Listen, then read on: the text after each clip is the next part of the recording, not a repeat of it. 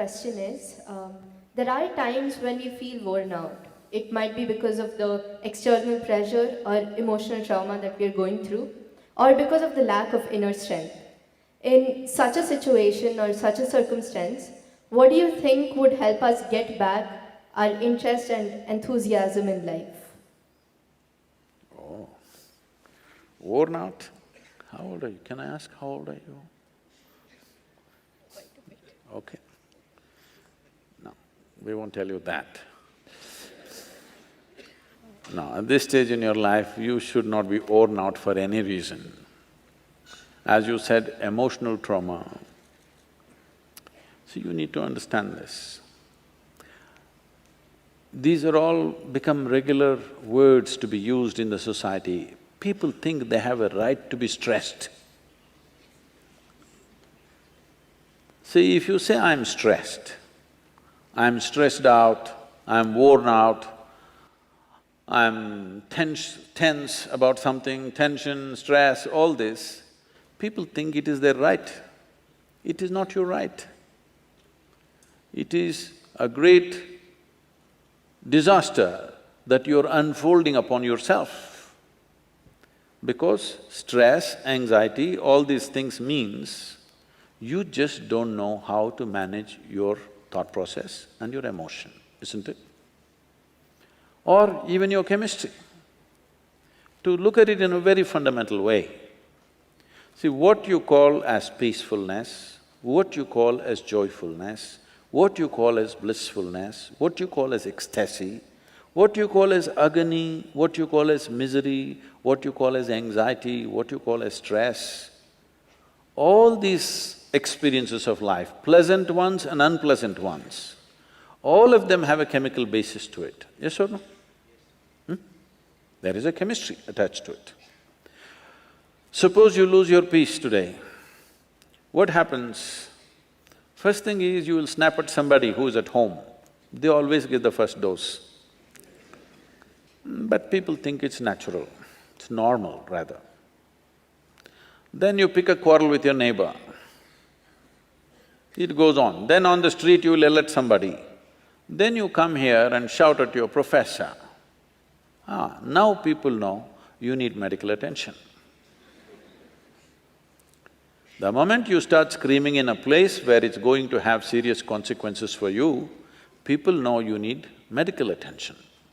If you go to your doctor, initially he tries to talk you out of it, usually it doesn't work. So the next thing is he will throw a pill into you. You take this little pill, you feel little peaceful. Not for good, at least for a period of time. It works in a limited way. What is this pill? Just a little bit of chemicals. If you put these chemicals, you're becoming peaceful. So what is peace? Certain kind of chemistry. What is joy? Another kind of chemistry. What is ecstasy? Another kind of chemistry. What is misery? Another kind of chemistry. Every human experience has a chemical basis to it. And now, this is the most sophisticated chemical factory on the planet. Do you agree with me? Most complex and sophisticated chemical factory on the planet is here. They say what is happening in a single molecule of DNA cannot be done in all the chemical factories on the planet put together. That much complex chemistry is happening. Now the question is only, are you a good manager of your chemical factory or are you a lousy manager? That's all the question is. Yes? If you manage a chemistry of blissfulness, people are always asking me, Sadhguru, how day in and day out with such variety of activity, how are you like this? I keep my factory is managed by me, not by my enemies. Your factory also must be managed by you, isn't it? If you manage this chemical factory, will you create chemistry of blissfulness or chemistry of stress, anxiety and other things? Blissfulness. That's your choice? Yes. Very nice.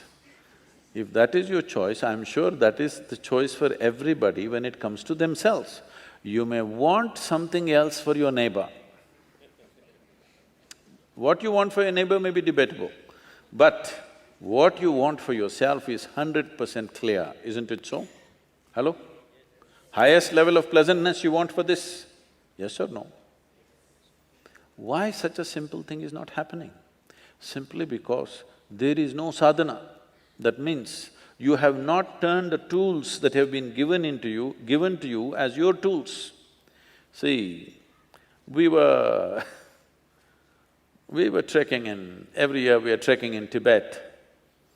So I'm in a tent, I'm doing some work, writing something. Another person is cutting an apple, and there's one more person in the tent, and that person tells this person, "Be careful, it's a very sharp knife." This irritates me, because I call something a knife only if it's sharp.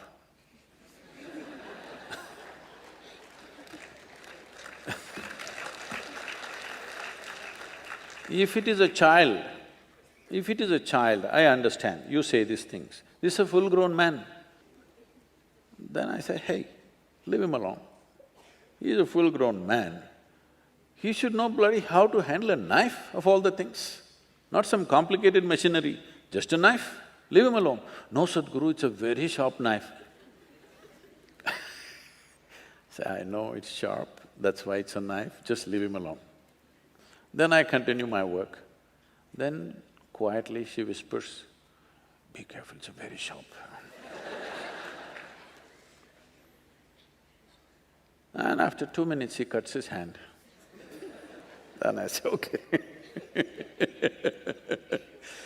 Why I'm telling you this is, we don't give a knife to a child's hand, not because a knife is dangerous, simply because a child's hand is not steady. He may harm himself or somebody else.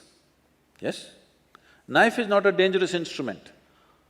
The hand which holds it can become dangerous. Yes or no? Like, is a car or a motorcycle a dangerous thing?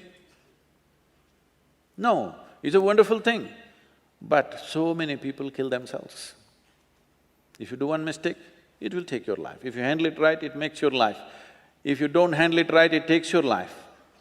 But the greatest instrument that you have in your life is your own body and your mind. If you don't handle it right, it will take your life, of course. So this is all you're saying.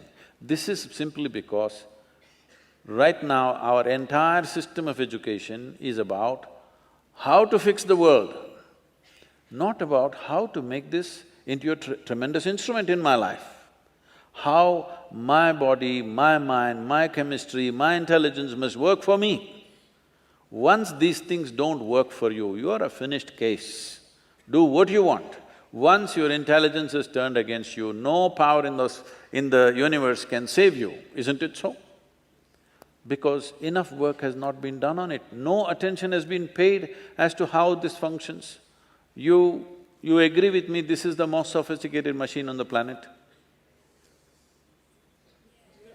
Is it nap time for the law students? Hello? I'm asking for a higher opinion. Is it nap time? No. Is this the most sophisticated machine on the planet? Have you read the user's manual? Oh. When are you going to read it? Because in this society, people are telling you, you do all those things after 70 years of age. When you're no good for anything, then you read the user's manual. If you buy a phone, should you read the user's manual in the first 3 days or after 3 years when you're discarding the phone? Huh? Earliest possible time you must read if you want to make use of that instrument, isn't it? So this is what sadhana means. Sadhana means not doing something crazy. Sadhana means doing whatever it takes so that my body, my energy, my emotion, my thought is in my hands.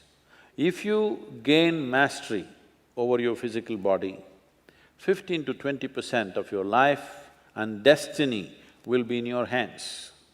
If you take charge of your mind, 60 to 70% of your life and destiny will be in your hands. If you take charge of the very life energies that you have, 100% of your life and destiny will be in your hands. Young people should do this first before you mess with the world. Before you mess with the world, you must fix this, isn't it?